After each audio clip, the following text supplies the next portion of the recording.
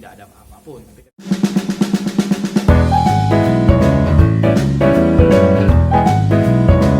berdiskusi dengan perasaan, ya saya merasa sedikit ada gap di sini dengan pasangan saya yang kemarin. Gini mas, saya tipe orang kalau datangin langsung itu kan rumahnya dia ya. Ketika saya datang tiba-tiba diusir, saya bisa di yang enggak kan perlakuan tidak menyenangkan atau apa, walaupun itu tidak mungkin ya. Tapi ketika orang yang saya datangi tidak nyaman, itu akan bahaya buat saya. Lebih baik kalau memang saya diizinkan, saya akan datang detik, bukan takut mas. Saya menghargai kondisi Salsa masih dengan kekecewaan yang luar biasa. Karena 4 tahun 2 bulan kita biasanya masuk pintu rumah itu welcome gitu, nggak ada rasa gimana. Tapi karena kondisi seperti ini ya, saya harus kasih waktu dia untuk menenangkan diri dulu. Apa yang membuat dia mengambil keputusan seperti ini? Pasti ada kekecewaan besar. Ketika kekecewaan itu masih besar, mau diajak ngomong apapun juga tidak akan bisa sesuai harapan. Oh iya, kalau Mama Iis, Papa Andri, saya kontak dan luar biasanya saya salut Mama Iis, Papa Andri itu adalah sosok orang tua angkat saya yang saya anggap di Jakarta. Orang tua saya di Semarang.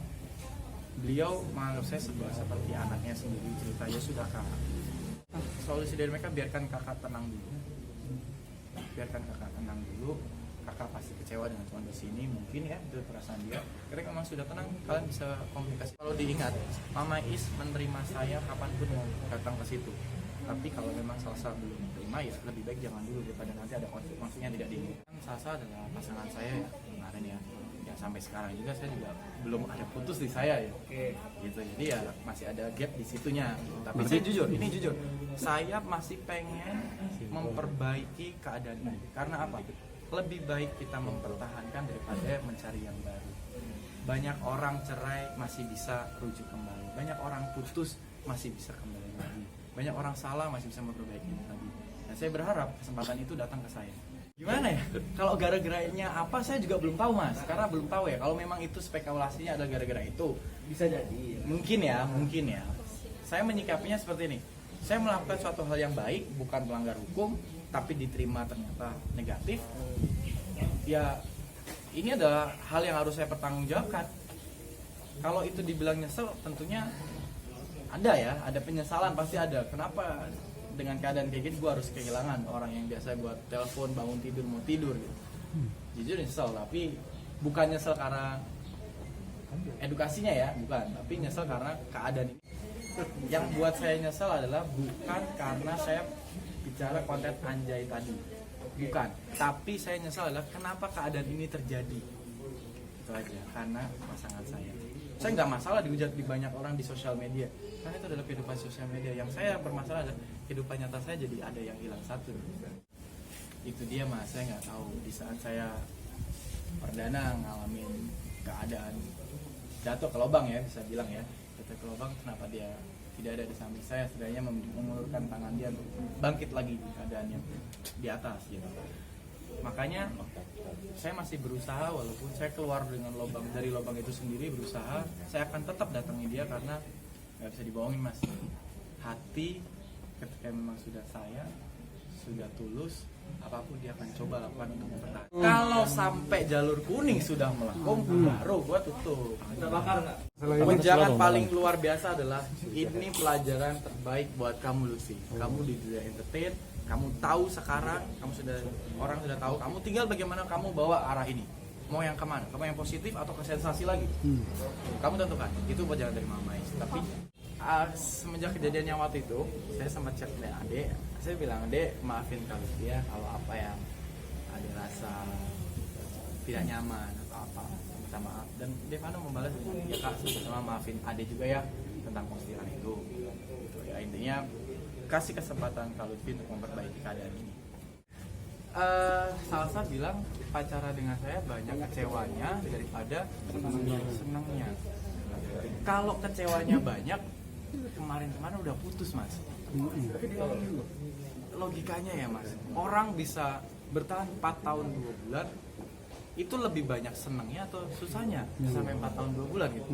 Menurut kalian gimana? Seneng dong. Iya kan? Kalau banyak susahnya, kecewanya sebulan udah ditinggal.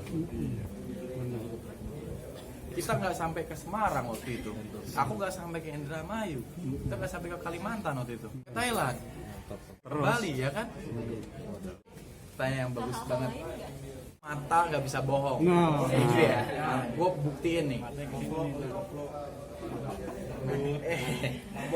Enggak. Jadi gini. Selama hampir tanggal 32 sampai sekarang berapa ya? 21 berarti berapa? 19 hari. 19 hari.